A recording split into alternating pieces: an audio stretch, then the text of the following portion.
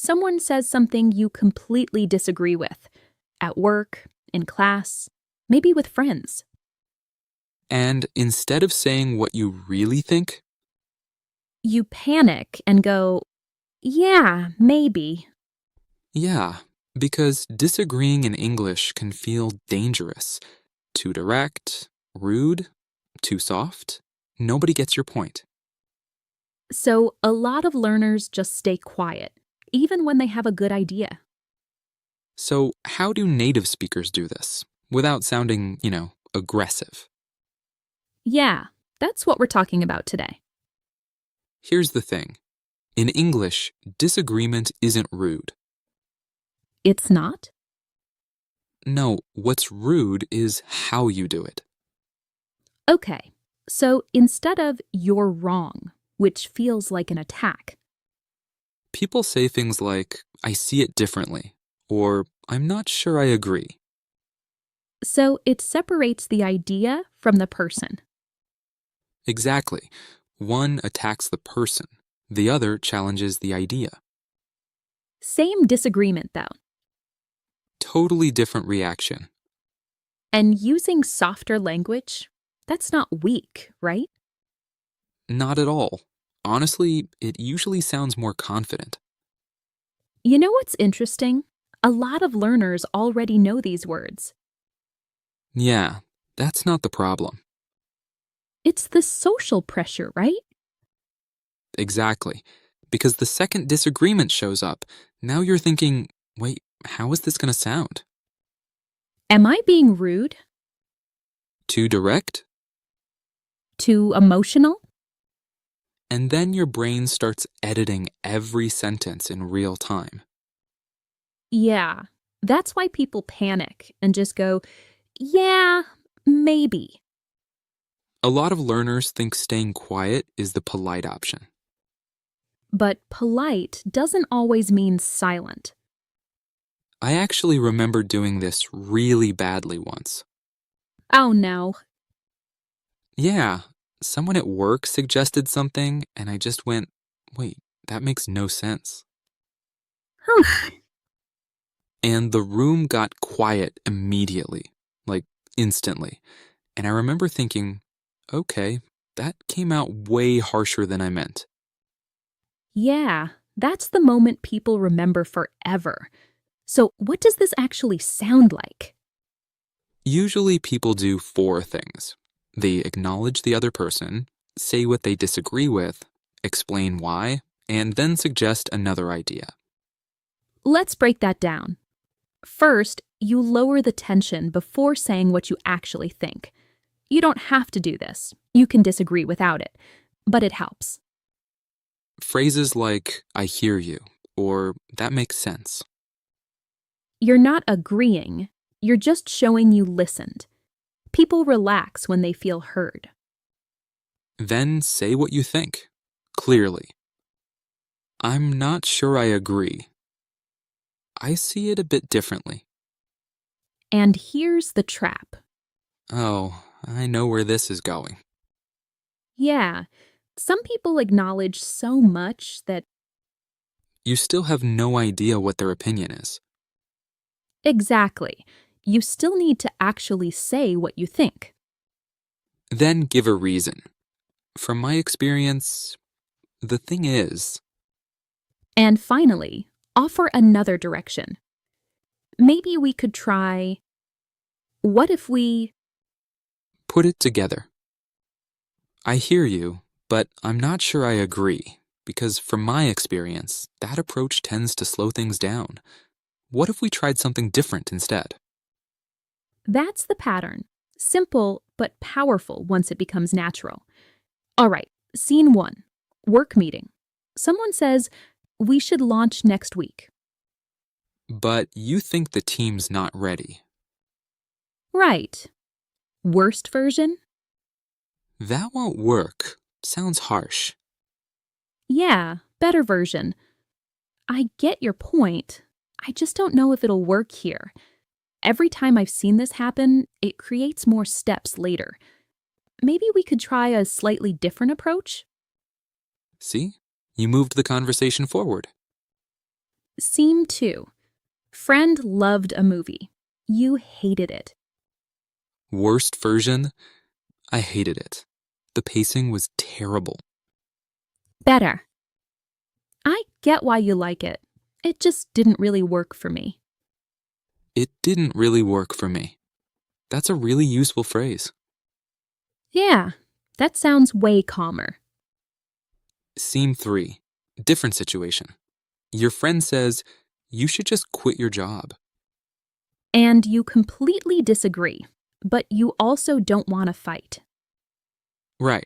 So instead of, that's a terrible idea, you might say, I get why you'd say that.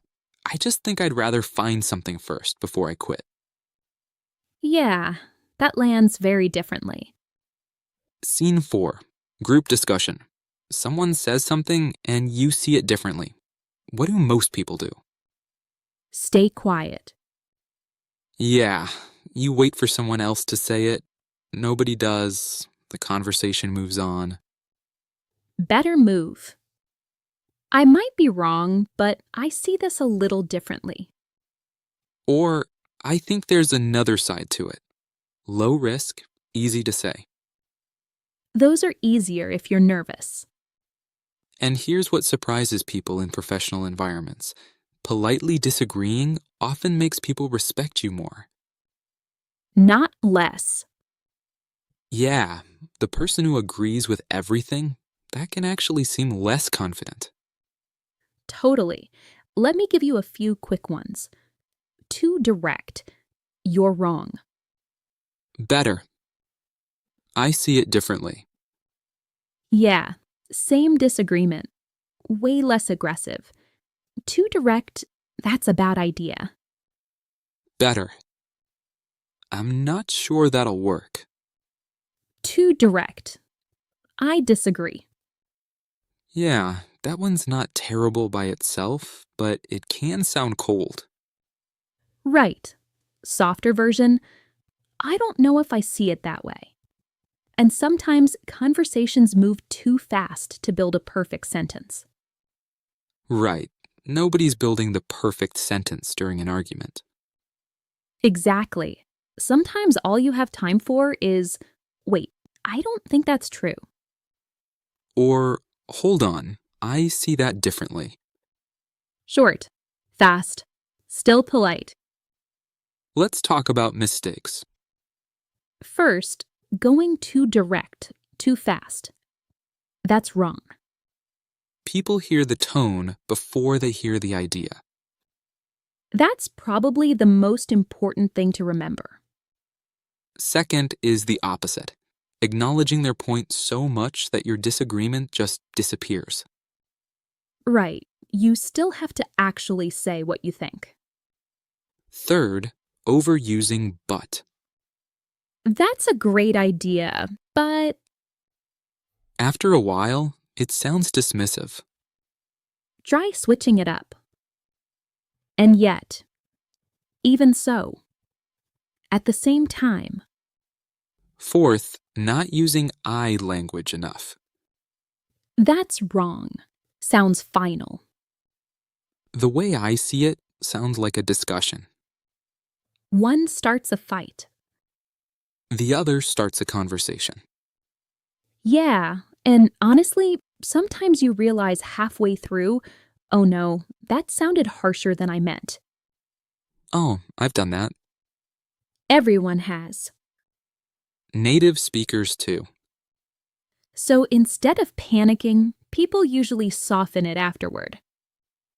Like what? That's not really what I meant. Let me say that differently.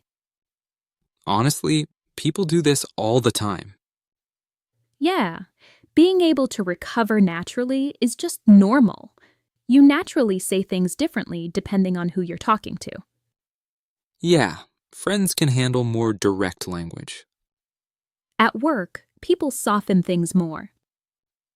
With a friend, you might say, dude, I don't think that's true. Or, nah, I don't see it that way. In a meeting? Probably not. Right. So think about who you're talking to And not every disagreement sounds the same. Yeah, sometimes you're only slightly unsure. Other times you completely disagree. Compare these. I'm not totally convinced. Versus, yeah, I honestly think that's a mistake. Both are disagreement. But the strength feels completely different.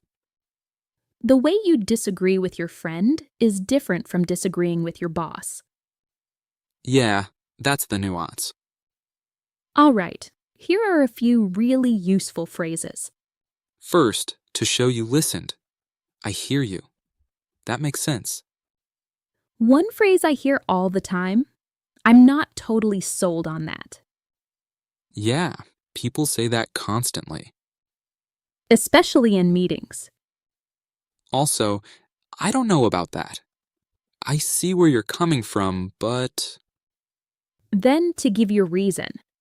From my experience, the thing is, And finally, to suggest another direction, what if we tried. Maybe we could. example, I hear you. I'm just not totally sold on that because from my experience, this tends to slow things down. Maybe we could try a different approach? That's real English. Sometimes you don't completely disagree. You just want to adjust or build on what someone said. Like, I think there's something to that. And I'd add, Or, I see your point, and I wonder if we could take it further. that works in some situations, but this case might be a little different. You're not shutting the idea down. You're just shaping it. Put it together. I hear you, and there's definitely something to that. In this situation, though, I think the approach might need to be slightly different, because from what I've seen, that factor tends to change things. Notice how that doesn't sound aggressive at all. Even though you're still disagreeing. Yeah, and once you hear it enough, you start noticing native speakers do this constantly. So here's what to remember. Polite disagreement isn't about hiding your opinion. It's about saying it in a way people can actually hear. Most native speakers do some version of this naturally. They listen, say what they think, explain why, and then keep the conversation moving. You don't have to sound harsh, but you also don't have to stay quiet. Polite doesn't mean silent. Staying quiet because you don't know how to disagree, that's not politeness. That's avoidance. Next time you disagree, don't just say, yeah, maybe. Try one phrase from today. Just one. I'm curious which one you end up using first. Try it this week. Let us know how it went in the comments. If this helped, share it with someone who needs it. And subscribe. Polite doesn't mean silent. You don't need perfect English. Just a better way to say it. Disagreeing calmly is a skill. Not less. We'll see you in the next one.